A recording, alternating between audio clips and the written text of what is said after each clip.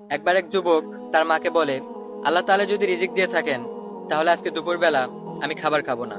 দেখে আল্লাহ তাআলা আমাকে কিভাবে খাওয়ান। তার মা থেকে দুপুরবেলা খাবার খাওয়ার জন্য বারবার জোর করতেছিল। যুবক একটা সময় রাগ হয়ে বাড়ি থেকে বের হয়ে চলে যায়। তার মা খাবারটা নিয়ে তার পেছনে পেছনে যেতে শুরু করে। যুবক একটা সময় বিরক্ত হয়ে গাছে উঠে পড়ে আর তার মাকে বলে যে আমি কিছুতে আজকে দুপুরবেলা খাবার খাবো না, তুমি চলে যাও। তার মা খাবারটা নিয়ে গাছের নিচে অপেক্ষা করতে করতে একটা সময় বিরক্ত হয়ে তাকে বলে, তুমি খাবারটা খেয়ে নিও। তার মা বাড়িতে চলে যায়। কিছুক্ষণ পর ওই পথ দিয়ে কয়েকজন পুলিশ যাইতেছিল। যাওয়ার সময় দেখে গাছের নিচে গরম গরম খাবার রাখা। পুলিশরা ভাবলো খাবারটা আমরা খেয়ে নিই। তখন একজন পুলিশ বলল যে এমনও তো হতে পারে যে ডাকাতরা খাবারের মধ্যে বিষ মিশিয়ে এখানে রাখছে ডাকাতি করার জন্য। তখন আরেকজন পুলিশ বলল যে খাবারটা যেহেতু এখানে আছে তাহলে ডাকাত তো আশেপাশে আছে। খোঁজাখুঁজি করতে না করতেই গাছে তাকিয়ে দেখে একজন বসা।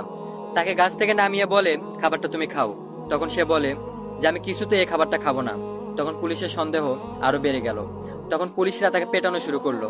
একটা করে বাড়ি দেয় আর সে খাবার খায়। এভাবে সবটুকু খাবার তাকে খাওয়ালো। তখন সেই যুবক বুঝতে পারলো যে আসলে রিজিক কি জিনিস।